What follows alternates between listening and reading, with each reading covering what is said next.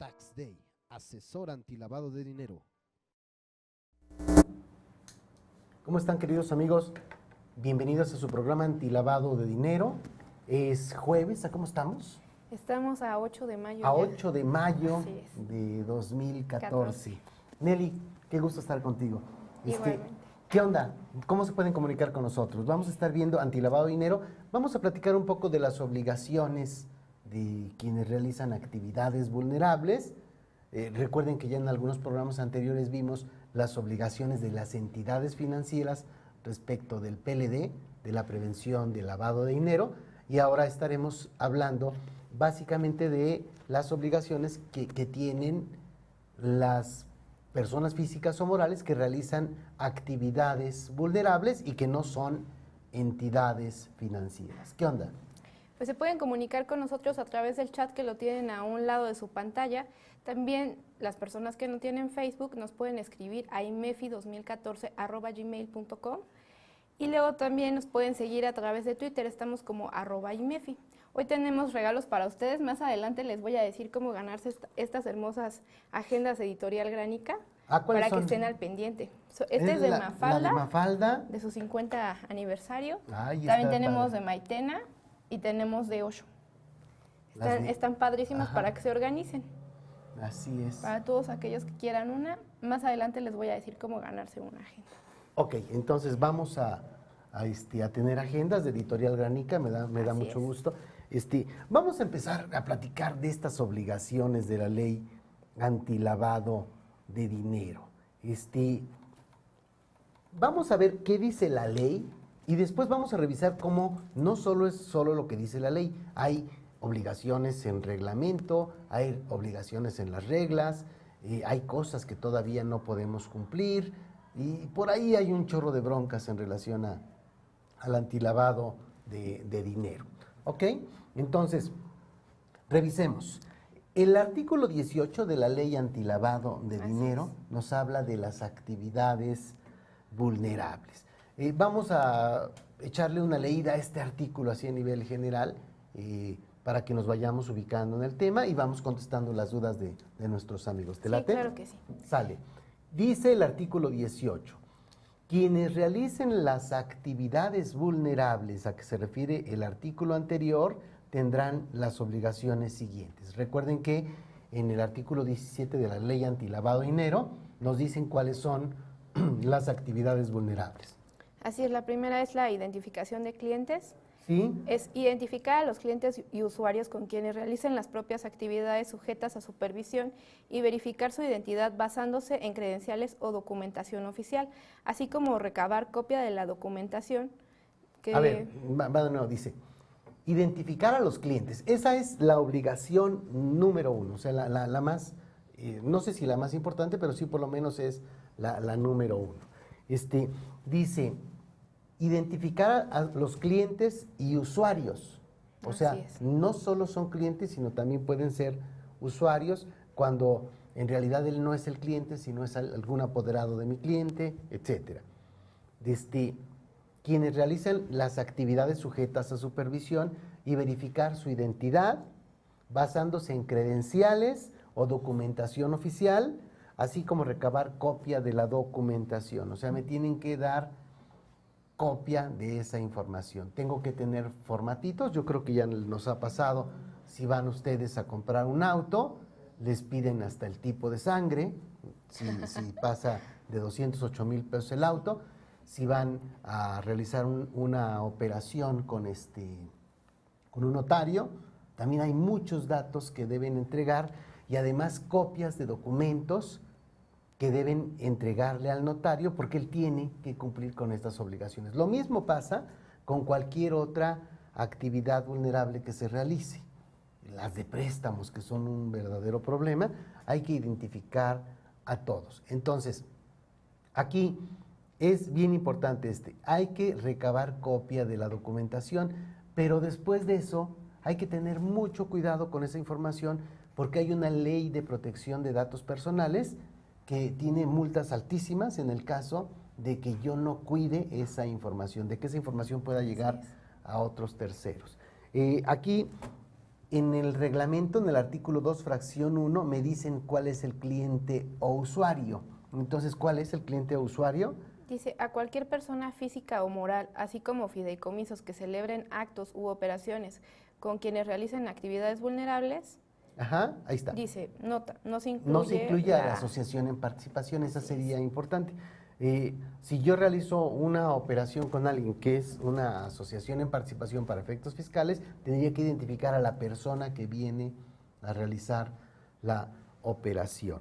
Dice la siguiente nota, se pide la información conforme a esta ley para facturar se limita al Código Fiscal de la Federación, en el artículo 29A, fracción cuarta, a solo el RFC de la persona que expida. Entendamos esto, si entendemos esto nos vamos a dar cuenta de la importancia que tiene este rollo. Miren, si yo tengo un cliente y él me pide factura, el único dato que yo le debiera pedir para hacerle la factura es su RFC y su correo para enviarle el CFDI, tan tan. No debiera preguntarle ni cómo te llamas, ni a qué horas vas por el pan, ni dónde vives, no. El único dato conforme al Código Fiscal de la Federación es su RFC. Ay, oye, pero yo voy a pedir una factura, eso pasa siempre, vas, pides una factura y te dicen, a ver, deme su nombre de su empresa. Oye, ¿por qué te lo voy a dar? Ah, si no, no le facturo, entonces sí te lo doy. Deme su RFC. Ah, ese sí tengo la obligación, conforme al Código Fiscal de la Federación, 29A, fracción cuarta, debo dar el RFC. Deme su domicilio y su teléfono. Oye, espérate, ¿por qué quieres que te dé esa información? No tengo la obligación de dártela. No se preocupe, si usted me da esa información, yo la voy a resguardar y voy a cuidar que no se vendan las bases de datos, que aquí no pasa, pero pensemos que pudiese ocurrir ese punto.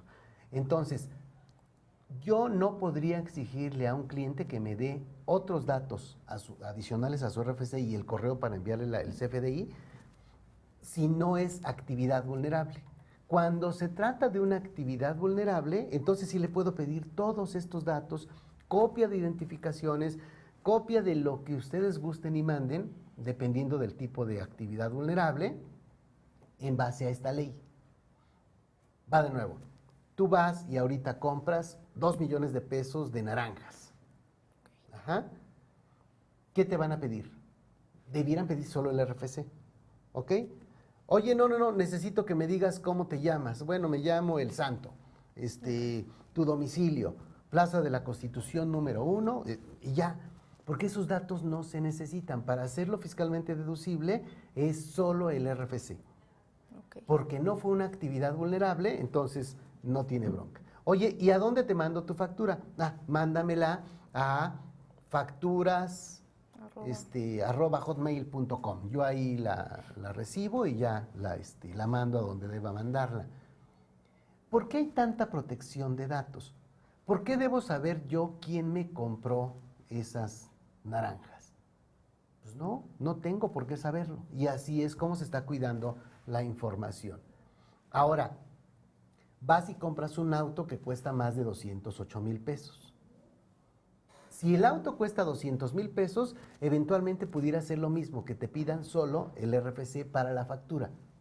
Vas a necesitar muchos otros datos por otras leyes, como la ley de tenencia, etcétera, pero el comprobante fiscal realmente con el puro RFC sería suficiente. Pero como cae en el supuesto de una actividad vulnerable, ahí te van a pedir todos los datos. Dime a qué te dedicas, dime, préstame tu IFE, préstame copia de tu poder notarial. O sea, debo llenar el formatito con todos los datos. Entonces, vas a hacer la operación vulnerable, ya tienes una bronca porque vas a tener que tener un área para que tome esa información y es un área que tiene datos que pueden ser muy importantes y que si se escapan pueden llegar a causarnos multas. ¿De acuerdo? Entonces, aquí habrá que cuidar ese punto. ¿Qué dice las reglas de carácter general en el artículo 11? Dice manual de identificación del cliente. Sí. En el artículo 12 dice expediente único de identificación. Sí. En el artículo 14 nos dice expediente en grupos empresariales. Ajá. En el artículo 17 nos menciona clientes de bajo riesgo. En el artículo 18, expediente por medios electrónicos. Sí. En el artículo 37, lineamientos para el manual. Ajá. Y por último, en el artículo 38, listas negras de clientes. A ver, entonces, para identificar a los clientes, primero me chuto el reglamento 2 en la fracción 1 para ver cuáles son los clientes o usuarios. Después me voy a las reglas de carácter general y ahí voy a ver el artículo 11, 12, 14, 17, 18, 37, 38, hasta llegar a la parte de listas negras. O sea, simplemente para pasar de este primer punto, ya hay un buen de datos que se tienen que estar conservando de cada uno de nuestros clientes. No es una tarea fácil y además es un problema el hecho de que la información se pueda salir porque uno de mis empleados se la voló. Pum, vale, me puede llevar a multas millonarias, como ha pasado con bancos y con muchas instituciones.